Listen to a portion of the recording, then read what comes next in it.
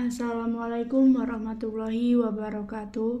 Saya Meira. Di sini saya akan melanjutkan membacakan buku Siapa yang datang ke pemakamanku saat aku mati nanti, karya Kim Sang Hyun. Kali ini saya akan melanjutkan membacakan bab keempat dari buku ini.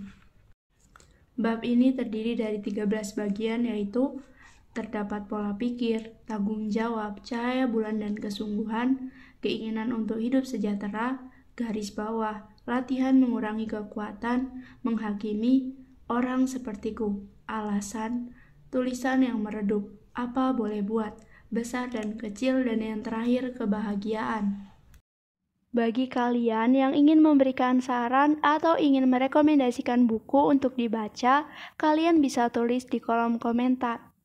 Kalian juga bisa mensupport channel ini dengan cara mensubscribe channel ini dan menghidupkan lonceng notifikasi agar tidak tertinggal video-video audiobook lainnya. Dan bisa juga dengan cara like dan share video ini agar banyak orang yang bisa mendengarkan audiobook ini dan bisa mendapatkan banyak manfaat dari channel ini. Bab 4. Semoga itu kebahagiaan. Penampilanku biasa saja. Aku tidak memiliki bakat yang luar biasa. Banyak bicara, menyukai orang, tetapi juga banyak terluka karena orang. Ingin memiliki yang tidak kumiliki. Banyak yang membuatku iri, dan tentu saja banyak yang ingin kulakukan. Kadang aku berpikir negatif sampai mengganggu pekerjaanku. Semua ini hanyalah semua tentang diriku. Aku pernah membenci sosok diriku ini. Aku benci karena merasa tidak ada satupun hal istimewa dalam diriku. Meski aku bersinar cemerlang di tempat berada, aku membenci diriku yang tidak bisa fokus terhadap diri ini. Namun aku tidak membenci hari-hari ketika aku membenci diriku sendiri. Setidaknya sekarang aku mencintai diriku sendiri. Aku akan terus bersinar dan semakin indah. Jangan, kamu malu karena kamu juga akan melaluinya dengan baik. Itulah semua masalahku dan pilihanku. Yang sudah berlalu adalah aku, dan yang akan datang adalah aku juga. Setiap momen ini selalu untukku, semua ini milikku. Aku bisa menggunakannya sesuka hatiku. Jadi apapun yang menjadi tujuan pencarian hidupku ini, semoga itu kebahagiaan. Pola pikir. Aku memang belum hidup lama, namun selama aku hidup, entah bagaimana aku merasa bahwa hidup itu sulit. Meski aku melakukan yang aku sukai dan kuinginkan, saat-saat sulit akan tetap datang menghampiriku. Pola pikir yang aku harapkan dan inginkan adalah menerima segala hal sebagai pengalaman yang baik. Tentu saja itu juga yang memenuhi pikiranku bahkan ketika aku berada di masa-masa sulit. Pola pikir ini akan memberi kita keyakinan bahwa kita dapat bertahan dan mengatasi berbagai kesulitan. Tidak peduli seperti apapun situasinya, suatu hari kelak semua itu akan menjadi sebuah pengalaman yang baik. Tanggung jawab. Kita semua harus tahu bagaimana cara bertanggung jawab atas kenyataan dalam hidup. Ketika kita memiliki rasa tanggung jawab dalam hidup, keinginan kita untuk hidup juga akan tumbuh lebih kuat dan bisa memberi kita kekuatan untuk bertahan hidup. Sangat penting untuk bertanggung jawab atas sesuatu. Tanggung jawab akan menciptakan sebagian dari kita. Kita berusaha dan bertindak untuk berkontribusi kepada dunia menggunakan sebagian dari diri kita. Saat kita tahu caranya bertanggung jawab, saat itulah kita mendapatkan kekuatan. Ucapkan kalimat ini, aku harus bertanggung jawab atas kebahagiaanku, sebanyak kebahagiaan yang aku terima. Cahaya bulan dan kesungguhan. Aku suka hal-hal yang cerah dan hangat. Hal-hal itu biasanya bisa membuat orang tersenyum ceria. Saat melihat seseorang tersenyum tanpa sadar, aku juga ikut tersenyum. Kebahagiaan meresap ke hati dan pandanganku tertuju pada kerut indah di dahinya. Telingaku fokus pada suara tawanya dan menangkap setiap momen. Semua terasa indah saat kamu tersenyum. Aku ingin membuatmu terlihat indah setiap hari. Aku ingin kamu selalu tersenyum. Aku bahkan sering bertanya-tanya, apa kamu menginginkan yang aku inginkan? Kamu sering bercerita kepadaku tentang harapanmu agar aku selalu berbahagia. Aku juga berharap agar kamu pun selalu bahagia. Pada hari aku bertemu denganmu, cahaya bulan akan terlihat sangat terang dan aromanya pun akan semakin pekat. Dari sekian banyak orang, cinta akan tumbuh saat ada orang yang dengan tulus memiliki satu hati yang sama. Aroma bulan yang semakin pekat menandakan bahwa musim untuk kita bisa merasakan kehangatan satu sama lain telah tiba. Aku harap kamu tidak pernah melepaskan tangan yang kamu genggam. Semoga kamu bisa menggenggamnya untuk waktu yang lama. Bersama-sama melakukan semua yang kita sukai. Bersama-sama melihat semua yang ingin kita lihat. Semoga demikianlah hidupmu. Keinginan untuk hidup sejahtera. Aku benar-benar ingin sejahtera. Kukira aku harus bisa menghasilkan banyak uang untuk bisa mendapatkannya. Sebenarnya seperti apa standar kesejahteraan itu? Apakah standar semacam itu sungguh ada? Apakah aku harus menunggu sampai orang lain mengakui bahwa aku sudah sejahtera? Atau apakah aku sudah sejahtera asal aku bisa memberikan jawaban saat aku bertanya kepada diriku sendiri? Jadi apakah sekarang ini aku menjalani kehidupan yang sejahtera? Setiap pagi aku mempertanyakan alasan gue hidup hari itu. Jawabannya selalu sama, agar aku bisa menjalani esok hari. Saat aku berusaha meraih masa depan yang kuharapkan, kenyataannya sering berada dengan harapanku dan itu membuatku kecewa. Namun aku bertahan hidup dan berusaha menemukan jawaban dan jalanku. Kenapa kita hidup? Bagaimana kita hidup? Masalah hidup adalah masalah yang tua. Ia terus bertanya, menyadari sesuatu, kemudian merindukan sesuatu. Keesokan harinya aku akan kembali ragu, lalu mempertanyakannya lagi. Setelah itulah aku hidup dan akan terus seperti itu. Aku selalu yakin bahwa aku bisa melakukan semuanya dengan baik dan bahwa semuanya akan membaik. Dengan begitu aku bisa melangkah maju dengan penuh keberanian. Aku ingin hatiku sejahtera bagaimanapun, waktu akan berlalu dan hari ini pun akan terlewati. Daripada hanya mengharapkan kebahagiaan di esok hari, lebih baik segera cari apa yang membuatmu bahagia hari ini. Garis bawah. Cobalah tulis sebuah garis bawah, lalu isi bagian atasnya dengan tulisan. Kalau kamu menggambar garis bawahnya duluan, garis bawah itu akan membatasimu. Kemungkinan besar kamu tidak bisa membuat ukuran dan jumlah karakternya sesuai dengan keinginanmu. Namun kalau kamu menulis kalimatnya dahulu, lalu menggaris bawahinya, kamu bisa menulis dengan ukuran sebesar apapun dan jumlah karakter sebanyak apapun. Kuharap kamu tidak membatasi hasil kerjamu sendiri dalam kerangka garis bawah. Hanya kamulah yang mampu mengendalikannya. Apapun bisa terjadi dan kamu pasti bisa melakukan semuanya dengan baik. Aku tidak ingin kamu membatasi dirimu sendiri. Latihan mengurangi kekuatan. Ketika melihat kembali kehidupan sampai detik ini, aku sadar aku ingin meraih banyak hal. Aku mengharapkan banyak hal untuk kupertahankan. Aku menginginkan sesuatu tanpa henti. Tentu saja ada kalanya aku bisa meraih yang kuinginkan. Namun seringkali yang kuinginkan itu tidak bisa terwujud. Aku tidak ingin hal yang aku sayangi meninggalkanku. Dan aku ingin mendapatkan reputasi dari pekerjaan yang kuinginkan dan kusukai. Jika diperhatikan lebih seksama, semua itu menandakan aku ingin diakui. Aku ingin terlihat punya banyak teman, punya banyak uang, dan terlihat lebih bahagia daripada orang lain. Kemudian aku jadi serakah, dan pada akhirnya aku tidak pernah bisa puas dengan semua yang kumiliki. Aku bersikap dingin pada semua hal yang tidak bisa membuatku puas. Dan satu persatu orang yang ada di sisiku mulai meninggalkanku. Melihat kepergian mereka, aku menyalahkan dan menganggap mereka sebagai biang masalah. Itu tidak membuat segalanya jadi lebih baik. Malah, masalah serupa pun terus terulang. Saat masalah datang berulang, aku terus menyalahkan mereka. Lalu akhirnya aku sadar, aku sendirian. Saat itulah rasa sepi memasuki hatiku dan pikiranku dengan perlahan. Ketika aku memahami rasa sepi itu, barulah aku sadar bahwa keserakahanku membuat orang-orang yang kusayangi meninggalkanku. Aku melukai diriku sendiri dengan menyalahkan mereka yang meninggalkanku. Padahal nyatanya akulah yang memaksa mereka pergi. Lalu aku membenci mereka yang telah meninggalkanku. Aku tidak berusaha menemukan sumber masalahnya. Namun nyatanya aku memaksa mereka pergi. Karena aku tidak suka mendengar jawaban dari pertanyaan, apa masalahnya? Karena akulah masalahnya. Demikianlah aku membuat orang meninggalkanku, dan aku pun takut bertemu orang. Rasa takutku membuatku lebih waspada dan akhirnya aku tidak bisa mempercayai orang. Aku selalu berpikir mereka bisa menyakitiku kapan saja. Aku tidak bisa didekati dengan mudah apalagi memberikan hati kepada seseorang. Semakin hari, aku semakin kesepian dan terkurung dalam kesendirian. Kemudian ketika tiba saatnya aku bisa memberikan hatiku, aku terluka lagi dan lagi. Menurutku mereka semua itu sama saja. Jika aku menjadi dingin, mereka akan meninggalkanku karena aku dingin. Saat aku menjadi panas, mereka akan menghindariku karena aku panas. Apa yang berharga bagiku? Bagaimana mempertahankannya? Bagaimana cara mewujudkan cita-cita? Mungkin aku baru akan bisa memahami itu semua setelah waktu berlalu, setelah mengalami begitu banyak hal, setelah merasakan pertemuan dan perpisahan. Berusaha mengurangi kekuatan, itu adalah cara terbaik yang pernah aku lakukan. Aku tidak mengotot menjaga hubungan dengan orang lain. Aku tidak berpikir orang lain akan menyukai yang kusukai.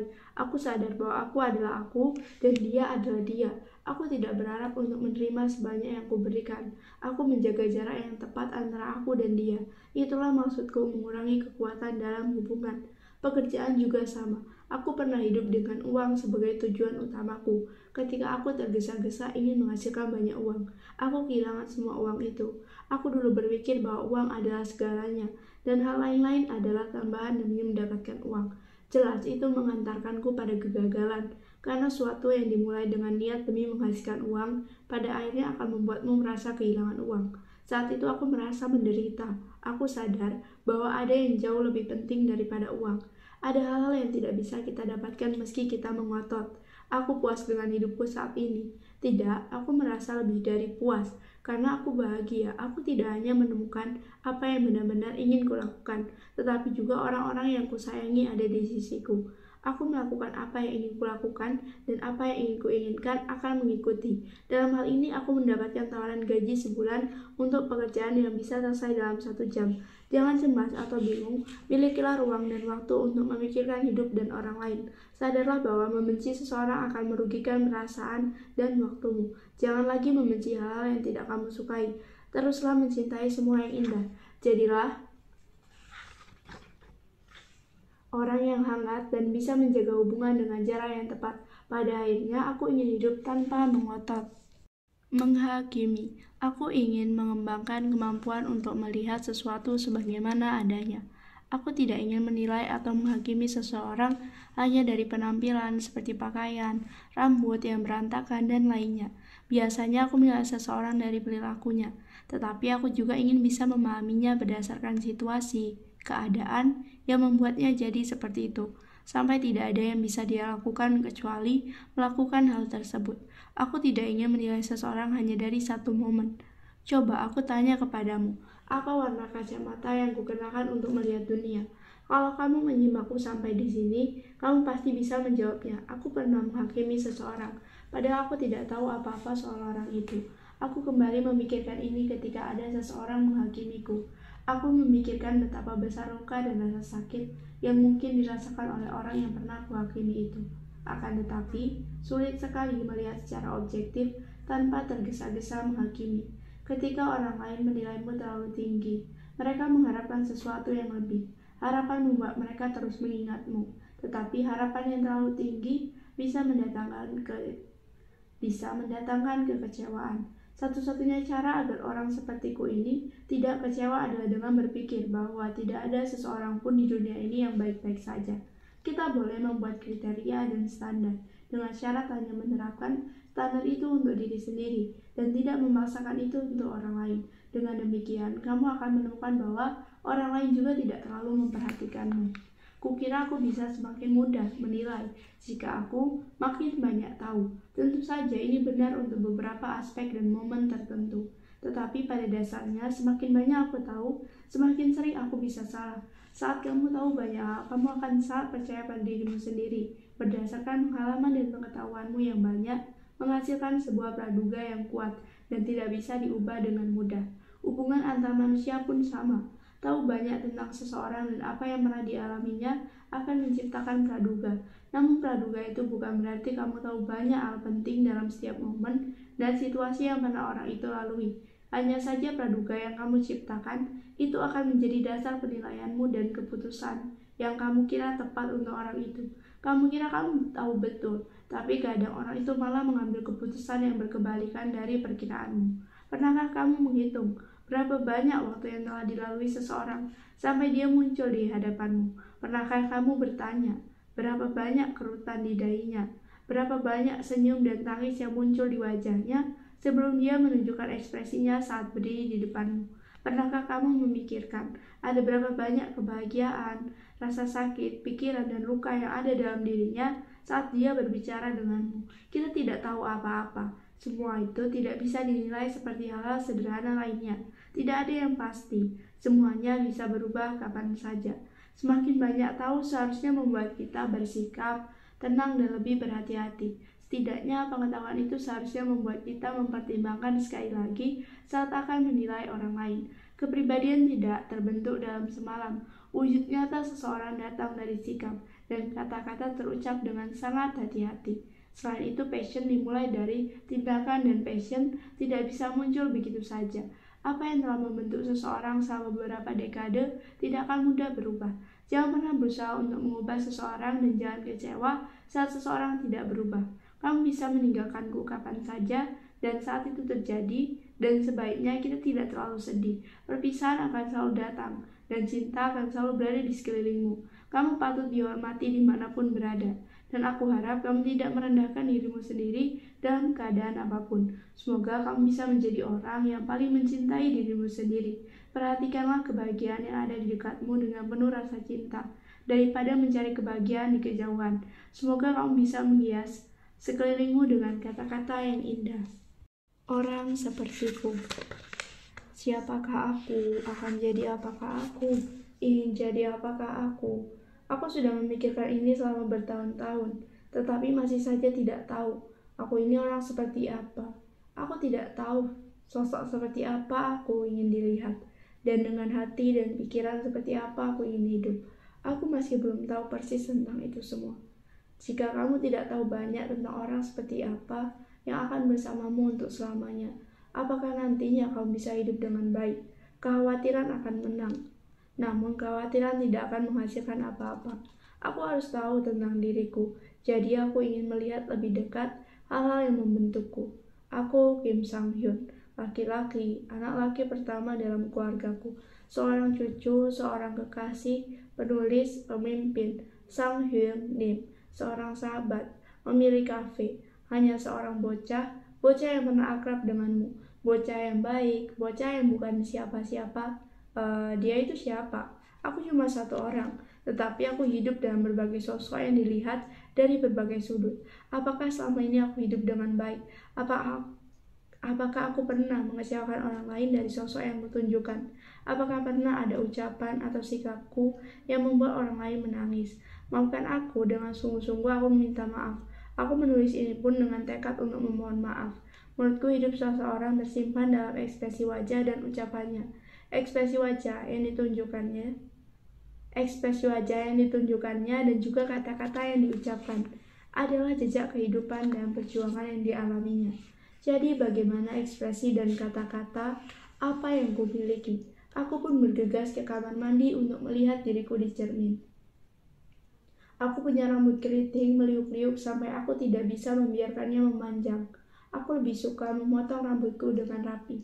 Atau mungkin itu karena aku ingin rambutku terlihat rapi dan lurus. Aku membelah rambutku dengan rasio 3:7, dari kanan ke kiri. Setelah bertahun-tahun memiliki gaya rambut sama, sepertinya rambutku telah mengingat bentuknya. Ia akan terbentuk sendiri tanpa perlu wax atau spray. Mataku sayu, inilah yang kupakai untuk memandang dunia. Ia berjasa besar memberikan kesan baik diriku kepada dunia. Mataku tidak simetris. Apa itu karena caraku melihat dunia? Bahwa dunia memiliki dua sisi. Karena itulah mataku memiliki sedikit perbedaan antara yang satu dengan yang lainnya. Berbeda dengan orang lainnya. Hidungku agak terangkat ke atas. Saat masih sekolah aku pun bertumbuh agak besar. Apakah karena itu aku mendapat julukan hidung babi? Ada begitu banyak kejadian ketika aku diejek. Bahkan aku tidak bisa berdiri di hadapan orang lain dan menyampaikan pendapatku dengan baik karena julukan itu. Jadi ada begitu banyak hari-hari yang kulalui dengan diam dan menangis. Waktu itu kata pengecut dan sejenisnya seolah diciptakan hanya untukku. Berkat tinggi tubuhku aku hidup di ketinggian yang tidak terlalu tinggi tetapi tidak juga terlalu rendah. Aku menghirup udara dan memandang dunia yang sama dengan orang kebanyakan. Bahkan pahat tebalku ini membantuku untuk bertahan dan untuk berlari dengan lebih kencang lagi. Itulah diriku, itulah penampilanku yang terlihat dari luar. Ada kalanya aku benci beberapa hal dari diriku karena berbeda dengan orang lain. Ada juga kalanya aku ingin kabur saja karena aku sama seperti orang lain. Tentu saja tidak ada yang menjadi masalah besar, namun itu semua ada dalam pikiranku, bahwa aku membenci penampilanku dan tidak bisa mengakui diriku. Aku mencoba tersenyum, mata sayupku seakan berbicara, aku menjadi orang yang jauh lebih baik jika tersenyum. Dekatilah aku, hidungku yang agak terangkat ke atas pun seakan berkata, lihatlah kemari, kalau kalian melihatnya dengan teliti, kedua lubang hidungku berbentuk hati. Aku bukan orang jahat, aku merasa bahwa penampilanku terlihat lumayan saat tersenyum. Aku ingin hari-hariku penuh dengan senyum dan memberikan lebih banyak lagi kesan baik kepada orang lain. Meskipun hidupku yang berat terus berulang, aku tidak ingin kehilangan senyuman ini. Aku berdamai dengan diriku, meskipun orang-orang yang membentuk diriku sering membuatku menangis, berkat mereka juga aku bisa tersenyum. Selain itu, semakin banyak aku menangis, semakin banyak pula yang aku pelajari. Cara untuk tidak terlalu menyimpan semuanya dalam hati, cara untuk menertawakan kesalahan, cara untuk berpura-pura tidak terlihat sakit, pura-pura terlihat baik-baik saja, cara menangis diam-diam. Semua yang dilakukan untuk pertama kali memang terasa sulit, tetapi aku sudah mempelajari yang perlu untuk dipelajari semuanya, jadi terasa lebih mudah. Untuk beberapa alasan aku pernah kesulitan mempertahankan seseorang yang aku sukai agar tetap berada di sisiku. Aku juga pernah beberapa kali melihat perkelahian dipicu oleh uang. Orang-orang juga mengkritik para pemimpi. Orang yang menganggap bahwa janji adalah lelucon pun semakin banyak. Orang-orang yang tadinya berkumpul atas kemauan sendiri pun pada titik tertentu jadi lelah lalu menghilang. Orang bilang kita tidak akan kecewa jika tidak terlalu berharap. Jadi aku bertekad untuk tidak lagi berharap dan memikirkannya. Namun aku tetap merasa kecewa dan selalu saja teringat akan hal itu. Meski aku tahu kesehatan adalah yang terbaik, tetapi apa yang bisa aku lakukan jika aku selalu ingin minum-minum saat teringat tentang hubungan burukku dengan orang lain? Ada lebih banyak orang yang tidak kamu percayai daripada orang yang kamu percaya. Namun ada pepatah mengatakan, semakin dingin musim dingin menandakan dekatnya kehangatan musim semi. Aku ingin sekali lagi percaya bahwa semuanya akan baik-baik saja. Apa yang kualami dari berbagai hubungan selama bertahun-tahun adalah bukti bahwa kita semua mengabadikan hidup untuk kebahagiaan masing-masing. Setiap orang hidup untuk mengejar kebahagiaan dan kesejahteraan mereka sendiri. Bahkan orang yang menyakitiku pun pasti melakukannya untuk mencapai hal itu. Mungkin saat ini kamu hanya bisa melihat hal tidak bisa kamu mengerti. Tapi aku yakin suatu saat nanti kamu akan mengerti orang itu. Karena alasan utama untuk menjalani hidup adalah demi kebahagiaan. Mungkin kita akan menerima guncangan hebat, tetapi kita akan berusaha untuk mempertahankan apa yang kita yakini. Kita tahu bahwa dunia ini begitu luas dan tidak terhingga. Jadi kita harus melalui tantangan yang terus bermunculan. Untuk itu, kita harus mempelajari banyak hal. Cara memperlakukan diri sendiri dengan nyaman sambil berjalan bersama hubungan yang kita jalani dengan orang lain. Cara berjalan perlahan sambil meluaskan langkah. Cara membangun pikiran untuk menjaga orang yang kita sayangi agar tetap berada di sisi kita. Dengan mempertimbangkan banyak hal yang ada dalam diri mereka. Aku ingin kita bisa mengingat dan menyimpan semua itu di dalam hati untuk selamanya. Alasan. Ada kalanya kita mempertanyakan alasan seseorang ketika ia melakukan sesuatu tanpa memahami apa yang sebenarnya terjadi. Namun selalu ada latar belakang yang kompleks di balik situasi, konflik, dan peristiwa. Jadi jangan hanya mempertanyakan alasan saja. Kita juga harus menyatukan setiap keping penyebab luka, rasa sakit, dan kesedihan orang itu untuk bisa memahami mengapa ia tidak berdaya sampai terpaksa harus melakukannya. Semua peristiwa memiliki alasan. Kesimpulan yang harus kita buat harus berdasarkan sebuah pemahaman. Tulisan yang meredup. Aku pergi ke toko buku setiap merasa lelah. Ada suasana tersendiri dalam toko buku. Ada begitu banyak buku, banyak penulis, editor, desainer, dan staf pemasaran yang bekerja keras untuk menghadirkan buku-buku itu. Belakangan ini aku sering melihat ke sekeliling untuk melihat buku apa yang menerima banyak cinta dari publik dan buku apa yang hanya terbajang di rak dan perlahan mulai dilupakan. Judul yang menyentuh hatiku berubah-ubah tergantung situasi. Aku mencoba menebak isi sebuah buku dengan melihat sampul dan judulnya. Aku membuka sampulnya, membaca pesan dari penulis, Saat aku merasakan ketulusan dalam buku itu, aku langsung membelinya tanpa ragu, karena itu adalah buku yang bisa menyentuh hati seseorang yang berada dalam situasi yang sulit. Mungkin karena aku merasakan emosi yang serupa ketika aku membuka bukunya. Apakah sebuah pemikiran seseorang sungguh bisa menyentuh hati orang lain? Itu yang kupikirkan saat membaca tulisan yang sangat sentimental. Ada saat-saat ketika aku ingin membelai beberapa kata karena sangat sentimental. Ada juga hari-hari ketika aku ingin mengusap lemut mataku yang terasa lelah. Belakangan ini aku sungguh ingin hidup dengan baik, dengan tulus dalam melakukan semuanya. Kehidupan yang baik menurutku adalah hidup dengan kesungguhan dan keyakinan kuat bahwa akan selalu ada seseorang yang berada di sisiku untuk berbagi kesedihan dan kegembiraan. Pikiran membuahkan kata-kata dan kata-kata membuahkan perbuatan. Namun belakangan ini aku merasakan kehampaan, bukan hanya saat sedang menulis saja, tetapi dalam banyak hal. Apa mungkin ini karena aku memikirkan semua hal dalam hidupku sehari-hari? Kehampaan akan membuatmu semakin sensitif terhadap rangsangan dari luar.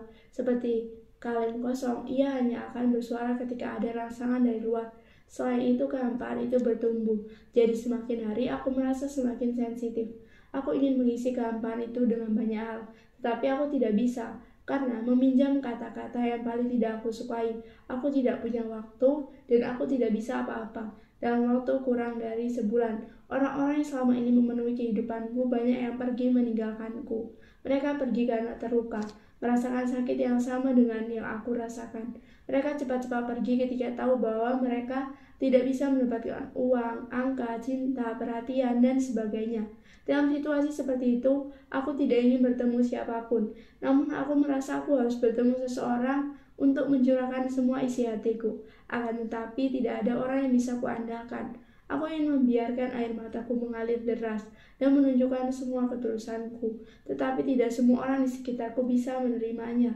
Jadi aku sedih. Aku sedih karena sadar bahwa hatiku dan hubunganku ternyata sedangkal ini. Tidak ada seorang pun yang berlari datang saat aku sedih. Aku ingin menjalani kehidupan dengan baik, tetapi sepertinya itu cuma memberi memar dalam hatiku. Ketika itu terjadi, semua tulisan, lagu, dan film yang terlihat sedang menuliskan ceritaku, menggambarkan kekhawatiran yang sama denganku seolah memberiku ketenangan. Aku terhibur oleh beberapa baris kata yang tulus, terhibur oleh lirik dan melodi, terhibur oleh aksi para pemain film. Aku ingin menjadi pelipur lara seperti itu. Aku ingin menjadi orang yang bisa menulis seperti itu. Aku ingin jadi seseorang dengan hati seperti itu. Aku ingin jadi seseorang yang bisa mengoleskan salep ke luka memar dalam hati. Aku tidak akan meremehkan perasaan seseorang. Aku ingin selamanya diingat sebagai orang baik yang selalu bisa diandalkan. Semoga ada semakin banyak hal untuk dirayakan. Apa boleh buat? Ada yang membuatku bertanya-tanya. Sebuah ketindakan yang baik dan ide bagus, tetapi disalahpahami dan diterima dengan arti yang berbeda. Hal baik tadi pun berubah arti menjadi salah dan membuat orang-orang pergi. Akan tetapi kuharap kamu tidak menyalahkan dirimu sendiri saat itu terjadi. Kamu tidak bisa memuaskan semua orang. Kita hidup bersama orang-orang dan kita hidup berdampingan dengan mereka yang ada di sekitar kita. Namun dalam arti tertentu, kita semua sendirian. Orang-orang ternyata tidak setertarik itu pada perasaanku. Meski aku mengungkapkan kecemasan dan rasa sakitku, itu karena dia belum pernah melaluinya. Pada dasarnya, kesepian adalah perasaan yang ada dalam hidup setiap orang. Kita bekerja, bertemu orang lain, dan menjalin cinta untuk keluar dari kesepian itu. Menurutku, kesepian adalah sedikit pelumas untuk mempertahankan hubungan dalam kehidupan. Pada suatu hari ketika aku menjalani hari-hari yang sibuk sendirian, kesepian datang entah dari mana dan berbicara kepadaku. Apa kamu tidak kesepian? Aku menjawab, aku kesepian sekarang. Ketika hidup terasa kering, kita akan mencari seseorang. Terkadang kita mencari seseorang yang banyak tertawa. Terkadang kita mencari seseorang yang bisa menghabiskan waktu bersama, duduk di kedai kopi. Ada kalanya kita mencari orang yang banyak bicara untuk bisa mengobrol sepanjang hari. Seringkali aku hanya ingin pulang ke rumah. Mungkin karena hidup ini sudah terlalu lama kering. Akan tetapi kesepian akan datang lagi. Dan aku mengulangi semuanya meski akhirnya sia-sia karena aku akan merasa kesepian lagi. Kemudian aku bertemu secara percuma. Lalu akhirnya menyesal lagi. Meskipun aku bersumpah untuk tidak melakukannya lagi, aku mendapati diriku terus melanjutkan pertemuan seperti itu dalam kehidupan dan rutinitasku. Ketika pertemuan sia-sia dan tidak efisien, kamu akan bertemu dengan orang-orang yang akan mencarimu hanya saat mereka butuh bantuan. Aku tidak suka pada orang-orang yang seperti itu, dan aku tidak ingin jadi egois seperti mereka. Tetapi sepertinya lambat laun aku jadi seperti mereka. Sering aku berpikir jangan-jangan hubunganku lebih sedikit daripada mereka. Jika dipikir lagi, alasan semua orang mencari orang lain hanya saat butuh adalah karena apa boleh buat, dan itu alasan yang masuk akal dalam hubungan. Sekarang aku memutuskan untuk tidak terlalu memikirkannya. Karena waktu berlalu begitu cepat saat aku berpikir tentang hubungan.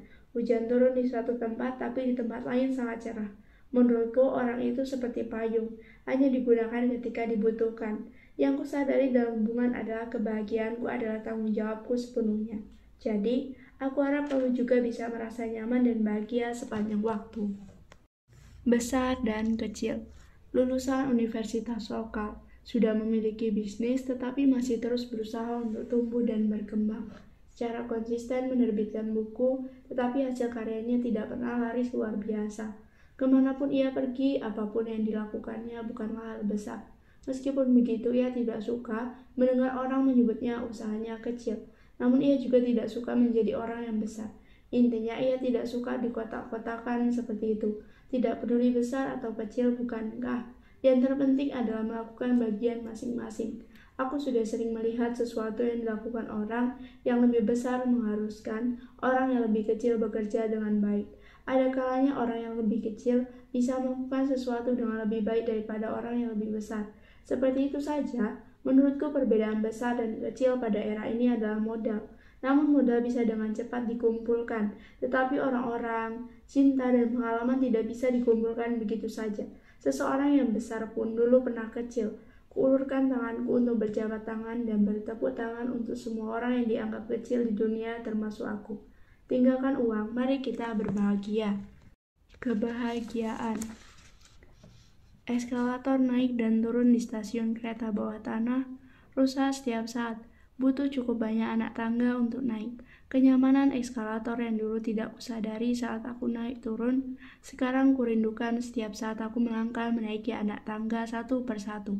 Aku pernah berharap agar seseorang selalu dipenuhi kebahagiaan. Aku sungguh-sungguh berharap orang itu bisa bahagia seperti yang aku inginkan. Namun aku kemudian sadar betapa sulitnya bagi kita untuk benar-benar sadar apa itu kebahagiaan yang sejati dalam hidup yang penuh kebahagiaan. Ketika kita menghadapi kebahagiaan di antara ketidakbahagiaan dan kemalangan, kita akan merasa lebih senang dan menyambutnya dengan gembira. Nyatanya memang ada kebahagiaan di antara ketidakbahagiaan dan kemalangan. Jadi, jangan terlalu bersikap negatif jika ada kemalangan datang kepadamu, karena yang sebenarnya akan datang setelah itu adalah kebahagiaan. Aku ingin merawat kebahagiaan di sekelilingku, satu persatu, lalu menanamnya dalam hati. Kuharap kebahagiaan yang telah aku kumpulkan itu bisa tumbuh dengan cepat, agar aku bisa bahagia setiap hari, bahkan saat kehidupan ini tidak penuh dengan kebahagiaan.